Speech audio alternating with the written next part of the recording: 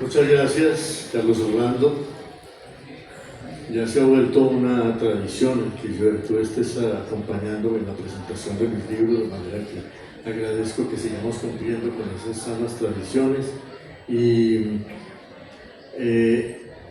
para mí es un placer especial presentar este libro aquí, en esta feria, porque el destino de Humboldt llenó una época, pero el paso de Humboldt por estas tierras marcó definitivamente ese destino. Hace unos años Andrea Wulf publicó una biografía de Humboldt que se llama La invención de la naturaleza, y se diría que es una temeridad después de que alguien ha escrito un libro como ese, tan abarcador, tan minucioso, tan bien escrito, tan apasionado, tan informado, tan revelador de lo que fue el destino de Humboldt, visto desde nuestra época, que alguien se atreva a intentar escribir un libro sobre Humboldt. Yo me aproveché de varias cosas. Una, de que como Andrea Wulf contó la vida completa de Humboldt, y esa vida fue muy larga porque Humboldt vivió 90 años, y fue muy profusa porque Humboldt escribió una biblioteca entera y no unos libros, pues ella tampoco podía detenerse demasiado en todos los detalles de ese destino, y para nosotros son particularmente importantes los momentos que Humboldt vivió en América, cómo vivió su viaje por América y de qué manera ese viaje marcó su época y marcó el porvenir. De manera que yo aproveché que hace unos años Alberto Gómez Gutiérrez publicó un libro que ya era hora de que apareciera en Colombia, que se llama Humboldtiana Neogranadina, que son 6 volúmenes sobre el viaje de Humboldt por esto que era entonces la Nueva Granada. Todos los países americanos que Humboldt recorrió le habían rendido un homenaje muy minucioso a ese viaje. Venezuela había publicado 5 tomos del viaje a las regiones equinocciales del Nuevo Mundo desde los años 50. Ecuador había recogido todo lo que Humboldt había hecho en ese territorio.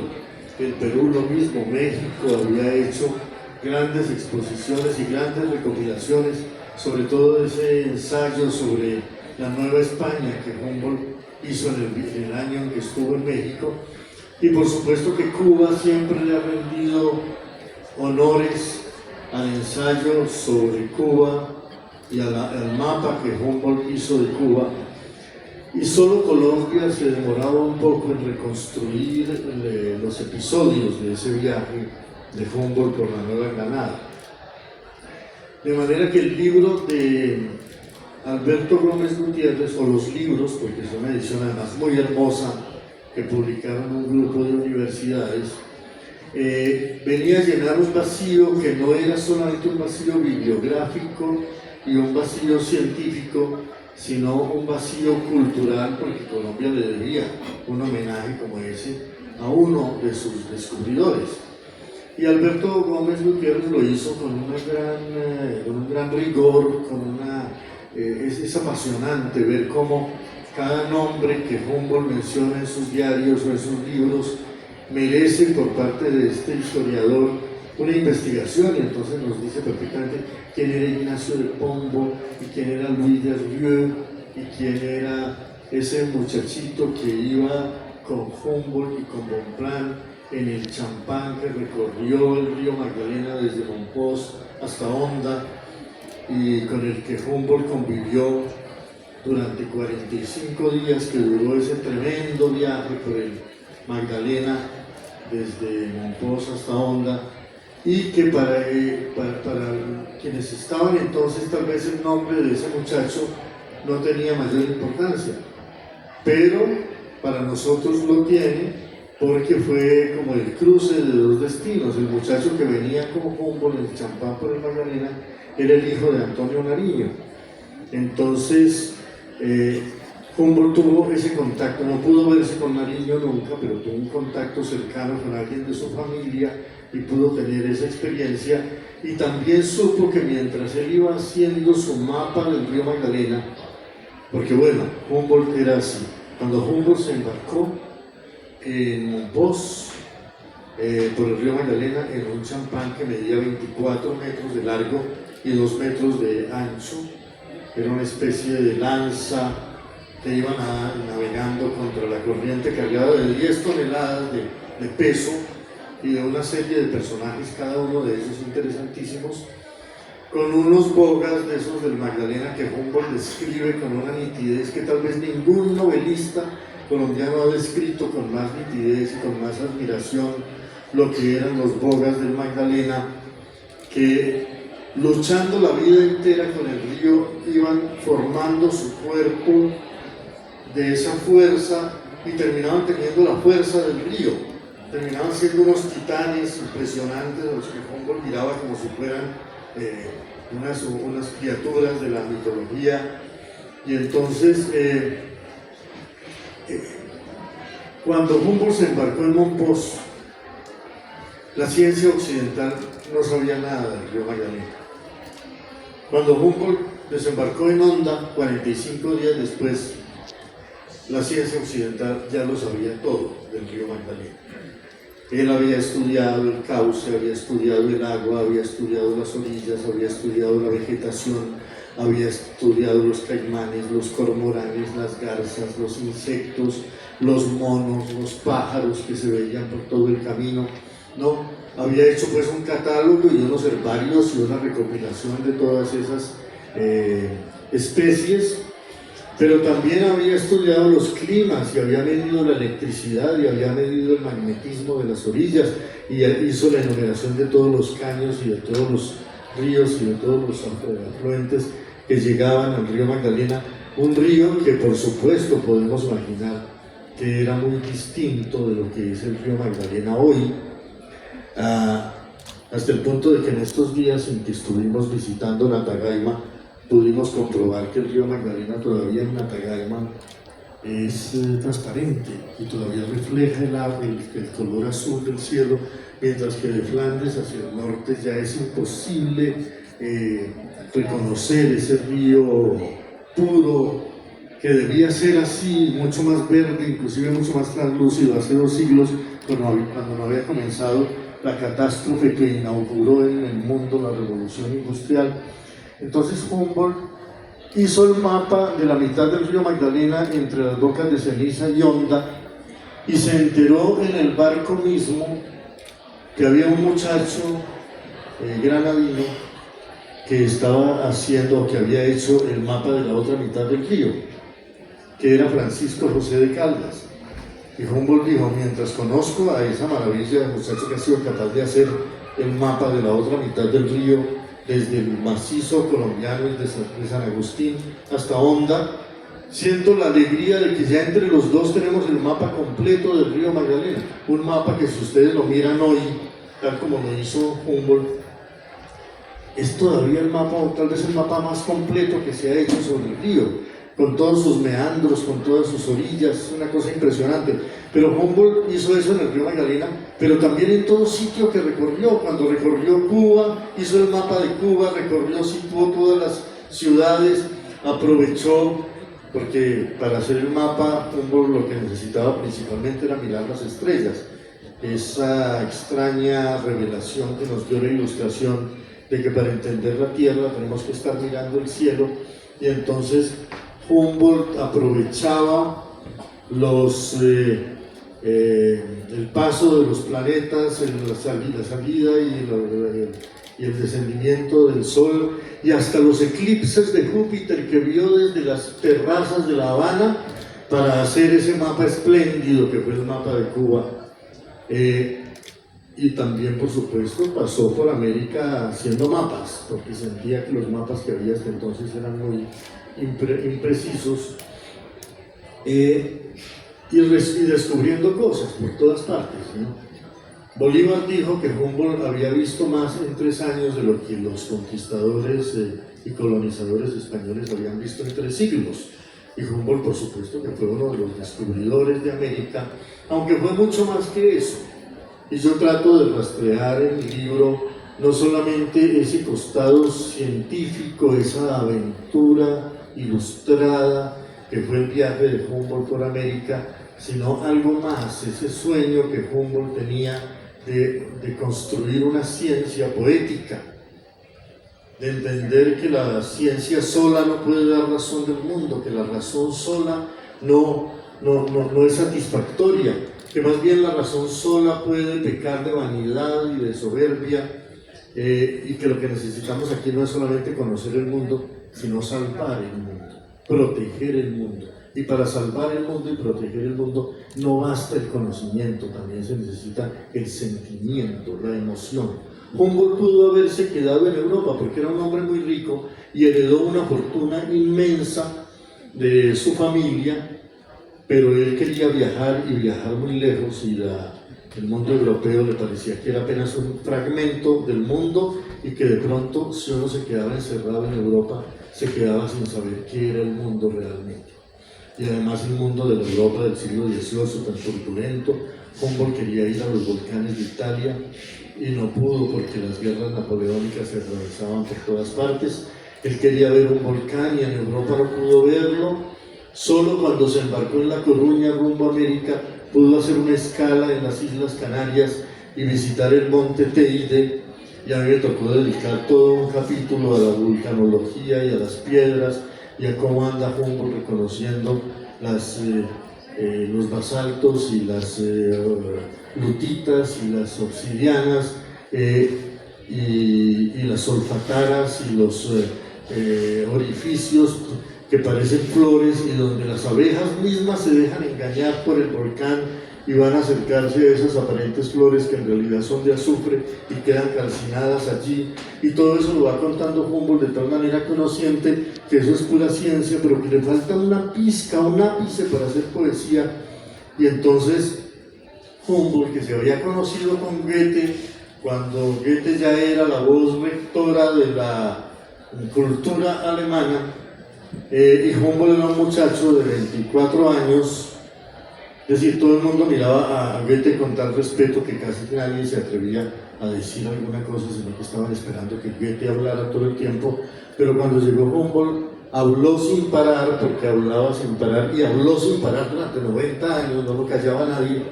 No, cuando llegó a hablar con Goethe, Goethe se quedó mudo y dijo: oír a Humboldt una tarde es como leerse una enciclopedia, más o menos. Y tenía solo 24 años, todavía no era Humboldt, todavía no había venido a América, ¿no? Y ya no solamente deslumbró a Goethe, que era el mayor sabio de su tiempo, sino que le ayudó a definir el personaje que Goethe estaba buscando desde hacía como 20 años, porque fue Humboldt el que acabó de inspirarle el carácter del Fausto, ese hombre que quiere saberlo todo y que por saberlo todo incluso es capaz de venderle el alma al diablo, de manera que la admiración que Goethe sintió por él forma parte ya del comienzo de esa mitología que es la vida de Humboldt, quien, pues como digo, se vino a América porque aunque era muy rico y aunque podía tener en Europa todas las condiciones para dedicarse a la ciencia, podía quedarse estudiando plantas en el jardín de plantas de París o de Berlín, podía quedarse estudiando las estrellas en los observatorios astronómicos, podía quedarse conversando con todos los sabios de Europa, pero Humboldt había visto ya que la ilustración sola no bastaba y que de pronto conocer de verdad no es, por ejemplo, aprender geografía en los mapas, sino irse a recorrer el mundo. Y entonces él dijo que él no quería solamente entender el mundo, sino que quería sentirlo, quería tocarlo. Y esa aventura, que es una aventura de hace 2 siglos, a mí personalmente me parece más bien el anuncio de algo que viene en camino para la humanidad, una nueva pedagogía,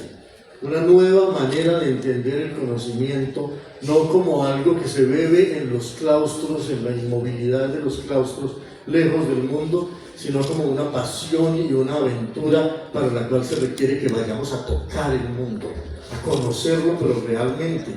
Porque es que la virtualidad que nos venden hoy en este planeta es que en los aparaticos que tenemos todos en la mano continuamente parece estar el universo, y entonces ya no es necesario nada más que estar inclinados frente al aparato.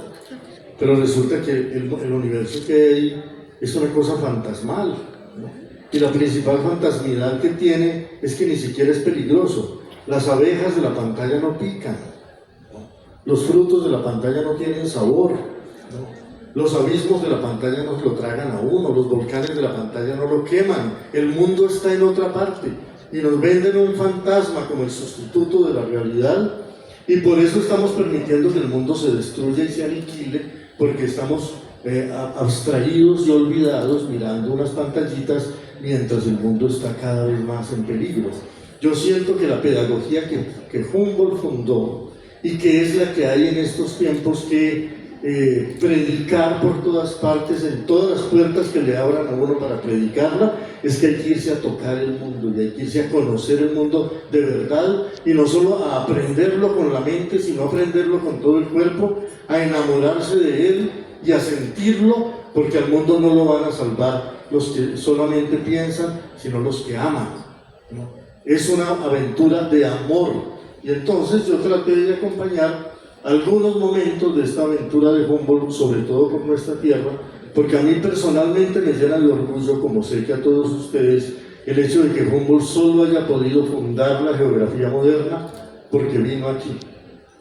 porque descubrió que solo en esta región equinoccial del mundo está toda la vegetación planetaria. El que vaya al Himalaya o el que vaya a los Alpes no podrá ver la plenitud de la vegetación planetaria. Solo el que visite los montes, las montañas equinocciales americanas, Cundinamarca y el Tolima y el Quindío y Quito, solo ese habrá visto toda la vegetación planetaria y se habrá acercado un poco al secreto de por qué es tan diversa la naturaleza, de por qué es tan diversa la vegetación, qué está buscando la vida con esa diversidad. Y entonces, solo por haber visitado estas tierras y solo por haberse encontrado con José Celestino Mutis, ese sabio admirable que está a punto de sorprendernos más de lo que ya nos ha sorprendido, porque yo les tengo la primicia de que creo que fue aquí en el Tolima, pero si no, de todas maneras aquí en el territorio colombiano, acaban de ser descubiertos unos diarios de José Celestino Mutis, que escribió en las minas del Sapo, en el Valle de San Juan, en los 5 años que estuvo Mutis allí antes de fundar la expedición botánica, y que configuran, por lo que yo he alcanzado a leer hasta ahora, porque apenas están a punto de ser publicados, y me pidieron por un honor que no me merezco, pero que no podía rechazar, que hiciera el prólogo para ese libro, ¿no?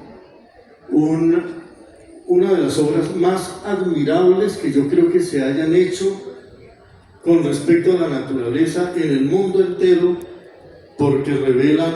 la aventura de un observador de la naturaleza infatigable, con una lucidez, con una curiosidad, con una pasión asombrosas, y en las minas del Sapo durante 5 años vio pasar las nubes, vio los relámpagos, sintió la niebla, describió cada fenómeno, vio las guerras de las hormigas, vio las iguanas, vio los armadillos, vio las tarántulas, y los vio actuar y los describió como si fuera una gran novela. Y les digo que ni siquiera en los libros de Thoreau, ni siquiera que yo conozca en los libros de los grandes naturalistas, he visto una lucidez tal de alguien sintiendo que observar la vida en esta tierra tolimense, que observar la vida en esta tierra equinoccial iba a ser algo definitivo para el destino del mundo, porque en estos momentos, cuando la vida está en peligro, cuando la vida corre el riesgo de colapsar y cuando las especies están siendo diezmadas y amenazadas, es cuando más necesitamos que alguien, cuando el mundo estaba completo, lo mirara con esa lucidez y con ese amor. Entonces he tratado yo de acompañar algunos de los momentos de ese viaje de Humboldt, y de acompañar también o de avisorar algunas de las consecuencias tremendas que ese viaje tuvo para la ciencia, para las artes, porque lo que Humboldt le reveló a Europa cuando llegó de América y llegó como con una cara de deslumbramiento, con una cara de asombro. Además él había sido un muchacho enfermizo, y aquí, como se expuso a la picadura de todos los mosquitos del Magdalena y de todos los del Orinoco, y succionó por aquí venenos de serpiente, y por allí agarró las anguilas y los gimnotos de los lagos de Valencia, y convirtió su cuerpo en un laboratorio de experimentos científicos, y se exponía a las insolaciones y a los venenos y estaba a punto de caerse en la boca de los volcanes por el Chimborazo, por todas partes. Eso hizo que volviera a Europa más fuerte que nunca y que tuviera una salud de hierro hasta los 90 años.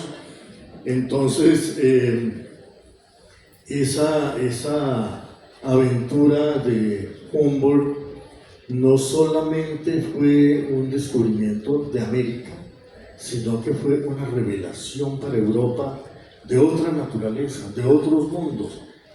Humboldt alimentó él solo la imaginación de todos los románticos que estaban naciendo, y todas esas generaciones románticas que nacían leyeron a Humboldt como bebiendo de la fuente de la eterna juventud. Y entonces, cuando publicó su libro en París en 1808, o sus libros, porque eran tomos enteros, del viaje a las regiones equinocciales del Nuevo Mundo, y cuando publicó la traducción en inglés en Londres en 1810, todos esos jóvenes se dedicaron a leer esos libros, Byron y Shelley, y Mary Shelley, y Coleridge, y Bosworth. Todos leyeron esos libros, Turner, todos se inspiraron en él, los músicos, los pintores, los artistas, los poetas. Yo no concibo la obra de Julio Verne sin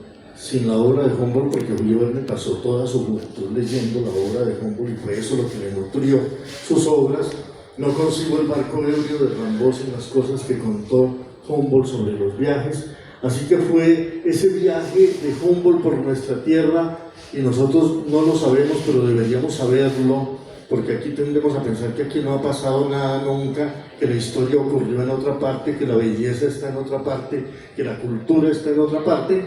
Es bueno saber que buena parte de la imaginación romántica de los pintores, de los artistas, de los poetas de la Europa del siglo XIX se nutrió de estos paisajes, se nutrió de estas aventuras, se nutrió de ese tremendo viaje de Humboldt entre Ibagué y Quito, que le reveló una realidad nueva a la Europa de aquel tiempo. Y entonces, pues lo que quería decirles, porque me voy alargando a medida que me entusiasmo, es que para mí ha sido un placer enorme no reconstruir la vida de Humboldt, que es muy larga y muy difícil abarcarla toda, pero sí tratar de acompañar lo más vívidamente posible y de la manera más cercana posible una aventura que fue grande en su tiempo, que fue grande para Humboldt, que fue inmensa para nosotros, y que en la medida en que tengamos conciencia de ella, todos nos sentiremos mejor. Muchas gracias.